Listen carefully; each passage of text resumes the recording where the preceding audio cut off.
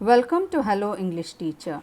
Today let's look at the line by line explanation of the chapter Evans tries an O level from class 12 English. If you are watching my video for the first time, please subscribe. You can listen to the explanations of chapters from classes 10, 11 and 12 English. And don't forget to press the bell icon so that you get notified whenever I upload a video. Let's move on to the video now. Evans Tries an O Level was written by Norman Colin Dexter.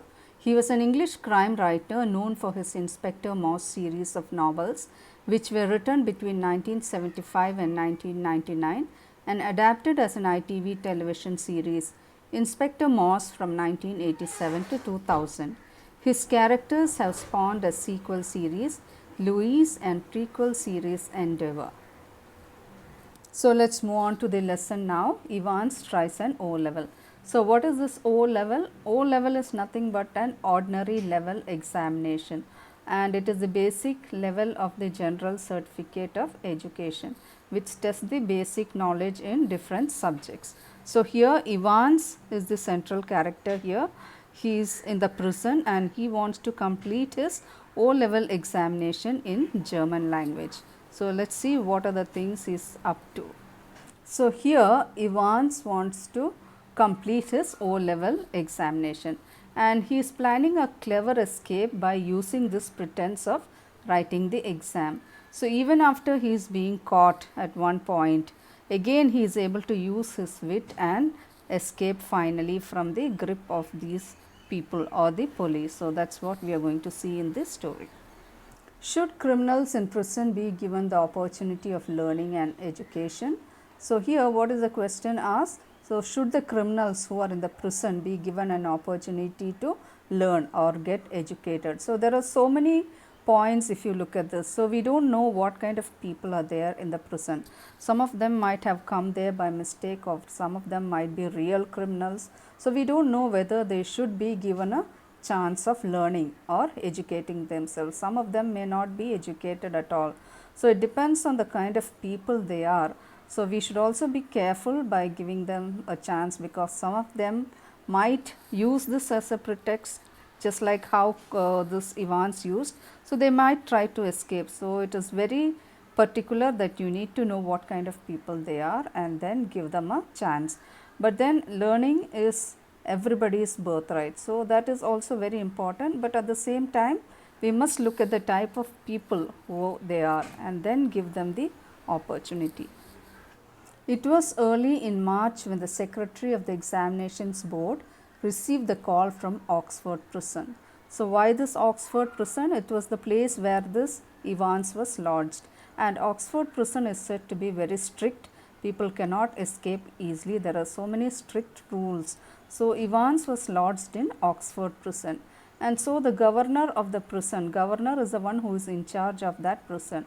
So, what he does, he just called the secretary of the board of examinations, because this fellow Evans, who is there in the prison, he wanted to write the O level examination in German. So, he asked the secretary of the board of examination permission whether he could allow this Evans to write the exam. So, after hearing the request of the governor, the secretary answers to his call. So, what is he telling? It's a slightly unusual request, governor, but I don't see why we shouldn't try to help. Just the one fellow you say, that's it. So, what is he telling? So, he is telling the governor that, okay, you are talking about this and it's quite unusual, because nobody in the prison keeps writing exams. It's very rare. But then you are talking about this one fellow. So, I don't think why we should not help. Anyway, you said there is only one fellow who wants to write the exam. So, let us see what we can do. So, he assures that help to the governor, and he is ready to help the governor to make this Evans write the exam. Chap called Evans. So, the governor is replying, yes, this fellow is there who wants to write the exam, and chap means one fellow, this fellow. So, he is saying that his name is Evans. Started night classes in O level German last September, and he is giving him more details by telling him when he started learning. He started having night classes since September, and he started learning German. says he is dead keen to get some sort of academic qualification. And the governor is telling that Evans is dead keen means very keen. He somehow wants to get a qualification, that is academic qualification. So, he wants to write at least this O level examination, which is the ordinary level examination or the basic level certificate which he wants to get. So, is he any good? So, the secretary is asking him, is he a good fellow or is he good natured or something? So, he was the only one in the class. So, you can say he's had individual tuition all the time really. And so, the governor says, yes, he is only person in the class, that is there is only one student. So, he has been having individual attention. So, he should have learned something. So, definitely he is going to write the exam well. So, that is what the governor assures the secretary. Would have cost him a packet if it been outside. So, he is also telling if he had been outside and if he had taken the same tuition, it would have cost him very much, and it would have cost him another big amount also if he had tried to write this exam. But since he is given all this opportunity inside the prison, he can do it easily. Okay. So, well, let us give him a chance, shall we? So, that is jolly kind of you. So, the secretary says that he is ready to give the chance to Evans to write the exam, and the governor is also very happy and thanks him. What exactly is the procedure now? Oh, don't worry about that. And so, he is asking, so what is the procedure next? So, what is that we have to do to make sure that he writes the exam? And the secretary assures him that you don't worry, it's all going to be easy. I'll be sending you all the forms and stuff. What's his name? You say Evans. So, the secretary said that he will be sending all the required forms which the person had to fill and then give it back. And he is also asking whether his name is Evans. James Roderick Evans. It sounded rather grand. So, the governor gives his full name. So, the full name of Evans is James Roderick Evans. It sounded rather grand. That means it was quite a big name. Just one thing, governor. He is not a violent sort of fellow, is he? So, the secretary wanted to know one more thing. What is that? He wanted to know whether this prisoner Evans was a violent fellow. I don't want to know his criminal record or anything like that, but so he just wants to ensure that he was not a dangerous person, because he didn't want to take chances with people like that. So, he just wanted to know whether he has any criminal record. No, there is no record of violence. Quite a pleasant sort of chap, they tell me, bit of a card really. So, what is the governor telling? No, he is not a person with a violent record. He is actually a pleasant fellow. He is one who keeps everyone happy, and he is a bit of a card. So, what do you mean by a bit of a card? Somebody who is amusing, an amusing personality. So, that was what Evans was. One of the stars at the Christmas concert. So, he is also telling that Evans was one of the stars. That means he impressed everybody with his imitation or with his performances. Imitations, you know, the sort of things, Mike Yarwood stuff. So, he is saying that he is very good at imitation. What is imitation? Talking or speaking or acting like somebody else. So, Evans was a good person and he was good at imitating. So, he says that he was just like Mike Yarwood. Who is Mike Yarwood? He was a British impressionist, a comedian and an actor. So, just like how he used to impress people and make fun of, and how he used to imitate people. So, he was compared to him. So, he was very amusing, just like Mike Yarwood. So, no, he is just a congenital kleptomaniac, that is all. And then because the secretary wanted to know whether he was a violent person, he says he is not at all a violent person, he was just an amusing personality, and he was very good at imitation, and he is also good at, and he is also calling him as a congenital kleptomaniac. What do you mean by a kleptomaniac? A person who steals items without his knowledge, or sometimes by knowing. They just like to take away things without anybody's knowledge. And what is congenital kleptomaniac? So, congenital means something that happens by birth. So, this person by birth itself was a kleptomaniac. He used to take away things without anybody's knowledge. So, that is the only thing he was known for, and he never had any kind of criminal record. So, the governor was tempted to add something else, but he thought better of it. So, he wanted to tell more about Evans, but then he stopped. He did not want to say anything else. He'd look after that particular side of things himself. So, he thought that okay, if there was anything else that he had to take care of in the prison, that he would do it himself. He does not want to tell it to the secretary. Presumably, said the secretary, you can arrange a room where no problem, he is in a cell of his own. So, the secretary was trying to advise the governor by telling him that you can arrange a room where he would be alone and where he can write the exam all by himself. But the governor intervened and said there is no need of it, he is already in a cell of his own. Cell here means prison, he is in a prison where he is alone. So, that itself can be used to write the examination. If you have no objections, he can sit the exam there, that is fine, and we could easily get one of the parsons from St. Mary Mag's to invigilate, if that is fine. Yes. So, the governor asked him, he is already in a room by himself, so can that be used? So, immediately the secretary says, yes, that can be used for the examination. And he says that he could also arrange for one of the parson. Parson means a Christian priest. So, one of the priests from St. Mary Mag's could be the invigilator. So, that was what they decided. So, they seem to have a lot of parsons there, don't they? So, they were just talking about the St. Mary Mag's where there are a lot of priests, and one of them can come and be the invigilator for Evans. The two men chuckled good naturedly. Chuckle means they just spoke and laughed, had some nice talk, and then the secretary had a final thought, and then he wanted to say about this person. So, what is the final thought the secretary had? He said, at least there is one thing, you shouldn't have much trouble keeping him in communicado, should you? So, what is keeping somebody in communicado? Not allowing him to communicate with the outside world. So, the secretary told the governor that you will not be having trouble making him sit quietly without talking to anyone inside his cell, so that he can write the examination without any disturbance. So, the governor chuckled politely once more, reiterated his thanks, and slowly cradled the phone. Evans. So, he thanked him once again for giving him the permission to allow Evans to write the exam. Then he thought about Evans. Evans the Break, the prison officers called him.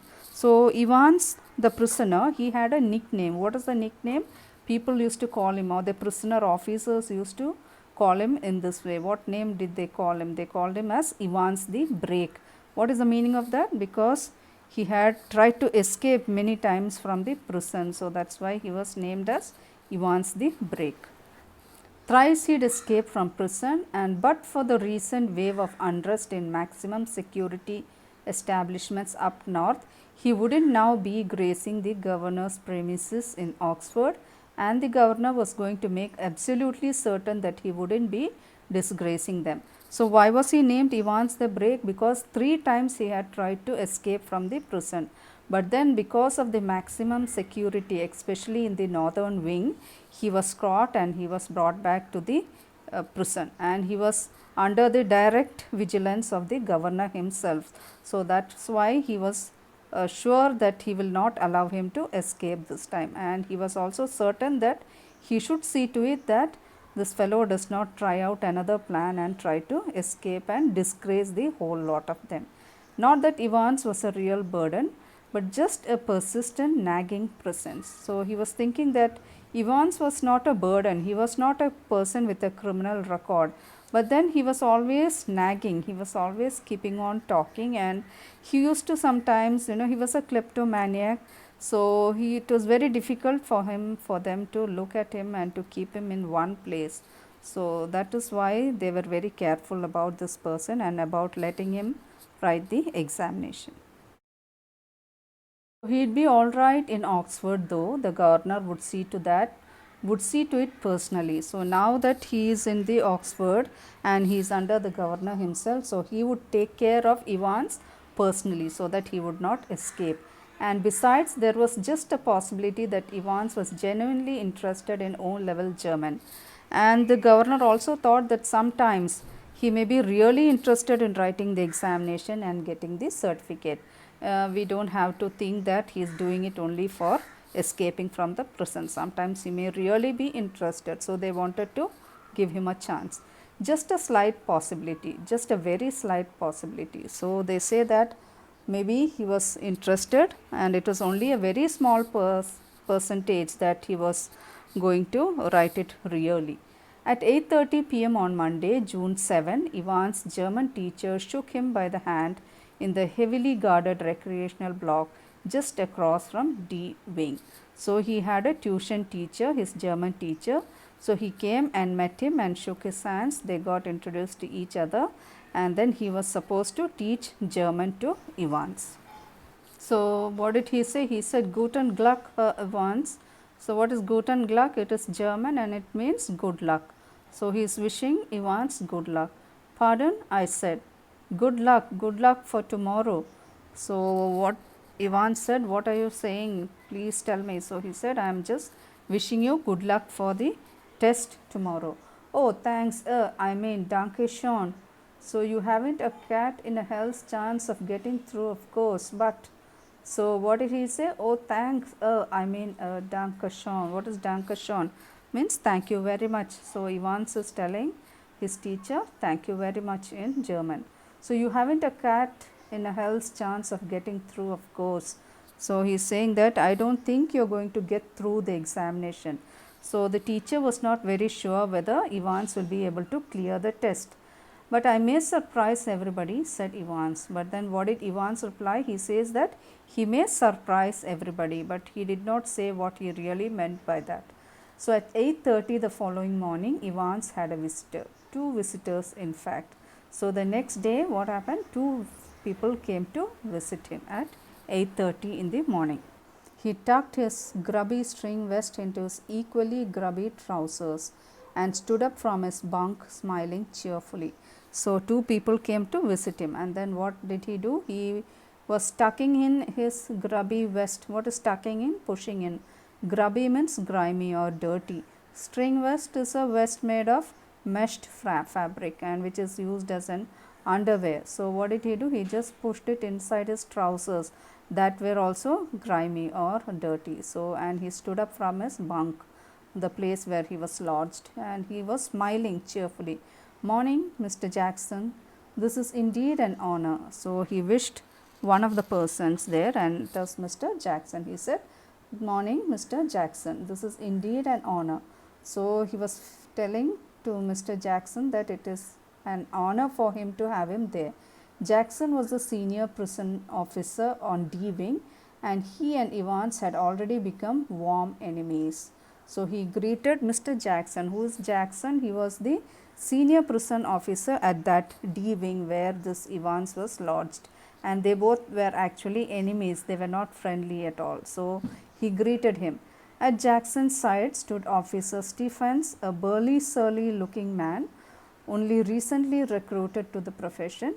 Jackson nodded curtly. So Jackson was there and along with him was another person. He was Stephens. He was a burly, surly, that means he was very huge looking man and his name was Stephens. So he was newly recruited to this profession. So both of them had visited, they came and visited Ivans. And Jackson nodded to him curtly. What does curtly means? In a slightly rude manner. We know that both of them are enemies. So when he wished him, he only nodded in a curt manner. And how's our little Einstein this morning then? Wasn't he a mathematician, Mr. Jackson? So Mr. Jackson was trying to make fun of Ivans because he was trying to write an examination and get a certificate. So he is asking him, how is our little Einstein? So immediately Ivan says, I think he was a mathematician. I think he was a Jew, Mr. Jackson. So again he says, I think he was a Jew as well. So Ivan's face was unshaven and he wore a filthy looking red and white bobble hat upon his head.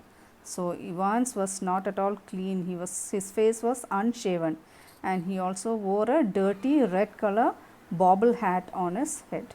So what's the meaning of bobble hat? It is a close fitting knitted hat with a pom on the top. So it was looking very dirty and it was red in color. Give me a chance, Mr. Jackson. I was just going to shave when you burst in. So when he said that he was not clean, so he said, give me some time, I was actually going to shave, but by the time you had come in. Which reminds me, Jackson turned his eyes on Stephens. Make sure you take his razor out of the cell when he's finished scraping that ugly mug off. Clear? And so immediately Jackson gave a notice to Stephens. What did he tell him? He told him, you make sure that the razor is taken off from him after he finishes his shaving. Otherwise, he might use it to escape. So, they did not want to give him any chance. So, Jackson ordered Stephens to take away the razor from the cell or from Evans after he finishes his shaving. So, what does he mean by ugly mug here? This is the dirty beard which he means. So, he is asking him to take away the razor after he clears his beard. One of these days he'll do us a favor and cut his bloody throat. So, what does Jackson say? If we don't take it away, what he'll do? He may use that blade to cut off his throat, and that is a good means for him to escape. So, let's not keep anything there. So, that's why he ordered Stephens to take away the razor. For a few seconds, Evans looked thoughtfully at the man standing ramrod straight in front of him. A string of Second World War medals proudly paraded over his left breast pocket. So, Evans just looked at Jackson. So, he was a man who had won many medals at the Second World War, and all those medals were there exhibited on his breast pocket. Mr. Jackson, was it you who took my nail scissors away? Evans had always worried about his hands. So, he asked Mr. Jackson if he had taken away his nail scissors as well, because he wanted to keep his hands very clean. And your nail file too. So, Jackson says that I took away your nail file also. What's a file? It is used to smoothen the nail. So, he says that I took away that also.